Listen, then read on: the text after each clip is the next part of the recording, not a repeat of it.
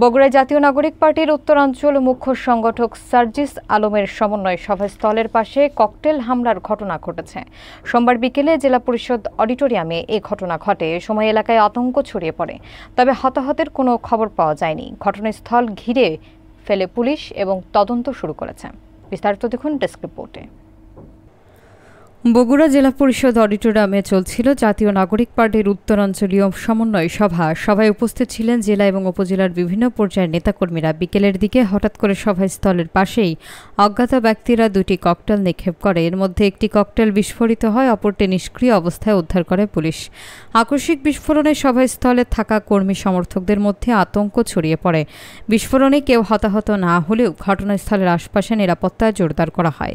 ঘটনার পরপরই police auditorium এলাকা ঘিরে ফেলে এবং সার্জিস আলমকে নিরাপত্তার স্বার্থে জেলা পরিষদ ভবনে রাখা হয়।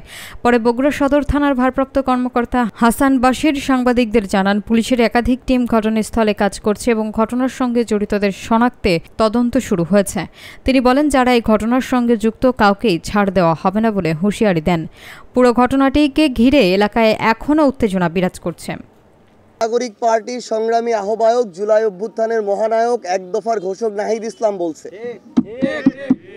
তিনি বলছেন যে পিআরের এই বিষয়টাকে সামনে রেখে জামায়াতে ইসলাম তাদের জায়গা থেকে এত বড় একটা আন্দোলনের ডাক দিলেন, অ্যালায়েন্স করলেন, মাঠে নামলেন, অথচ সেই পিআরের ওই বিষয় জুলাই সনদে কোনো কিছু লেখা নাই, জুলাই সনদেরই নিশ্চয়তা নাই, আইনগত কোনো ভিত্তি নাই, সেটাতে স্বাক্ষর করে চলে আসলেন। তো এটা তো জামাতের এত শক্তিশালী অবস্থানের সাথে আরও শক্তিশালী দ্বিচারিতা, এটা তো তাদের কাছে কখনো প্রত্যাশিত ছিল না। সো আমরা আমাদের জায়গা থেকে রাজনৈতিক দলগুলোর কাছে, যাদের কাছে মানুষ অনেক আশা করে, তাদের কাছে এমন কথাটাই প্রত্যাশা করি যেটার উপরে তারা অটল থাকতে পারবেন।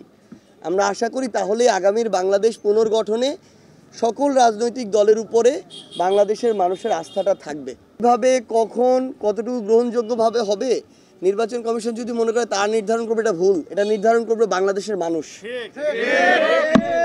তারা যদি মনে করে এই স্বেচ্ছাচারিতা করে তারা একটার পর একটা পার পেয়ে যাবে বা ওই জায়গায় থাকবে, এটা হবে না। এই মানুষ এখনো জুলাই অভ্যুত্থানের এই কথাটা শুনলে তাদের শরীর শিউরে ওঠে। এই মানুষের সামনে কেউ আবার নতুন করে স্বেচ্ছাচারিতা করবে, এটা হবে না।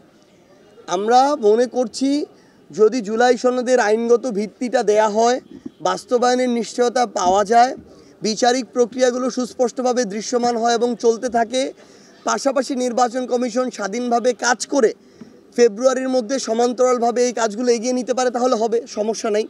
কিন্তু যদি মনে করে যে যার মন মর্জি মতো কাজ করে যখন যেটা ইচ্ছা করে দিবে, সনদেরও খবর নাই, বিচারেরও খবর নাই, সংস্কারেরও খবর নাই, তাহলে তারা যে অলীক স্বপ্নগুলো দেখছে এগুলো শুধু স্বপ্নই থেকে যাবে, বাস্তব হবে না।